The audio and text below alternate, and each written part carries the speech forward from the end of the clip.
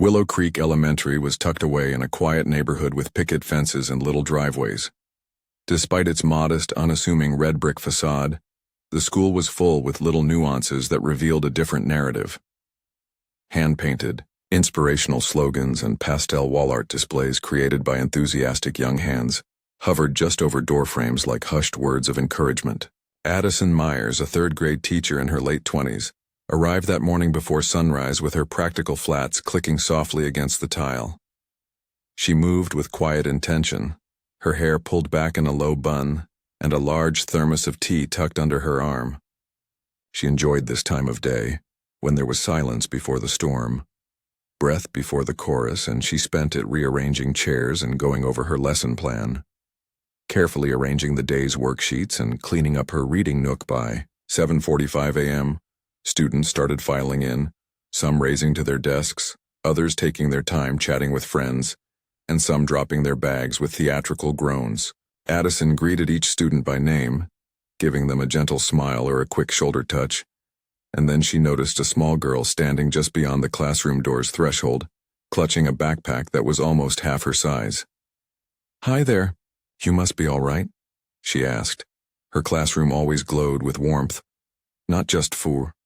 When the bell rang and the warm-up activity started, Addison noticed that Ella hadn't taken her seat but had instead stood next to her assigned desk, her legs trembling slightly, her clawing a loose shirt and oversized jeans hanging awkwardly off her small frame, and her posture was stiff. The girl gave a tiny nod, but she didn't step inside.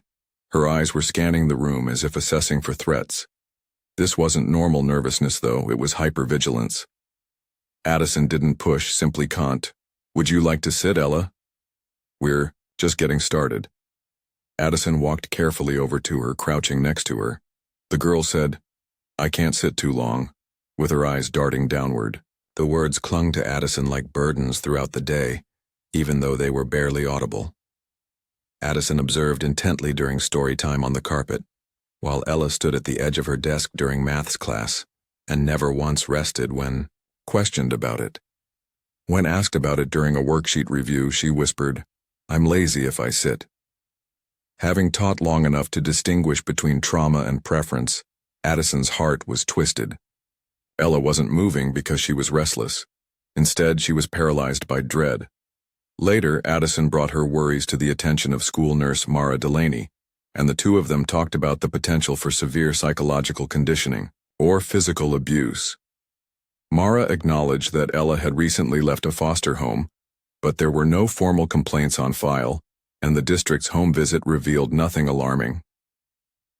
The following day, Addison began a private journal in which she documented every instance in which Ella refused to sit, every flinch and every cryptic phrase during playtime. Later, during lunch duty, Addison saw Ella standing close to the chain-link fence, her arms crossed tightly, her gaze averted, as if attempting to blend in. Addison thought of another strategy. She placed a small motion-activated camera on her car's dashboard one morning, angled at the school's drop-off curb. Grant Davis, Ella's foster guardian, usually stayed in his car and barely made eye contact with staff. Addison hoped that if something troubling happened, she might get it on camera. For several days, she watched footage that was largely uneventful until one morning, when the camera caught a sudden, jarring motion that caused Grant to jerk Ella back by the strap of her backpack, and with Mara's assistance, she created a comprehensive report that included nurse documentation, her personal log, and the video itself. This time, she avoided the local child welfare office and got in touch with her sister Jordan Myers, a child advocate in a different county. Ella stumbled, raised her hand in defense, and ran away towards the building. Addison's hands trembled as she paused the video. This was proof that there was more than a vague bruise or a whispered phrase. It was something Jordan corroborated Addison's suspicion that the reason previous allegations had not been resolved was because Davis's brother-in-law was employed in the intake office, where complaints were discreetly rejected or misdirected. Jordan linked the case to a local detective and an independent child welfare investigator.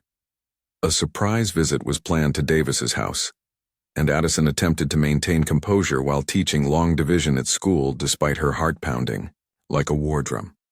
By that afternoon, She received a call informing her that Davis had been taken from his house in accordance with emergency procedures, that he would be charged, and that an internal investigation was now underway into his relationship with the intake office.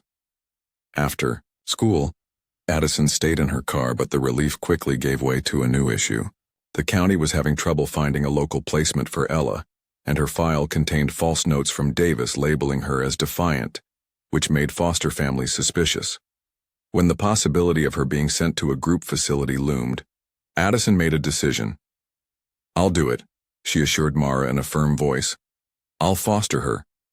The choice was not made hastily. Despite her lack of parental experience, Addison lived alone in a one-bedroom flat and couldn't stand to see Ella placed in yet another unfamiliar household under Jordan's supervision. After completing the emergency foster application, home visits, background checks, and paperwork in a week, Addison knelt at the threshold when a caseworker knocked on her door one evening. Ella was standing next to her duffel bag with her shoulders bent as usual. "Yes, this is your house." She showed Ella the room and set up a twin bed by the window, a drawer containing brand new clothes, a small shelf with books, and a teddy bear.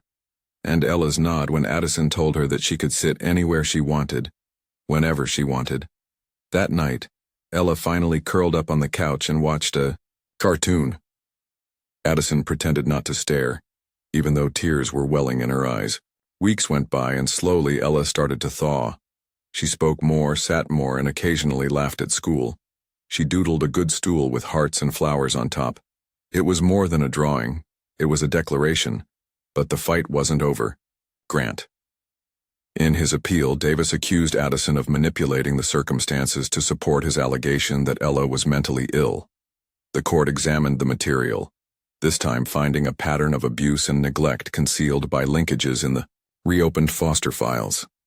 Ella celebrated with pizza and a movie that she picked herself, and she even slept off on the couch, curled up in a position that gave Addison all the information she needed when Davis's appeal was rejected, and the court ordered a thorough inquiry into the intake office. As the sun rose the following morning, Ella felt at last secure. As they went to the vehicle together, she turned to Addison and smiled slightly, saying, "I'm okay now." And Addison realized in that silent moment that she was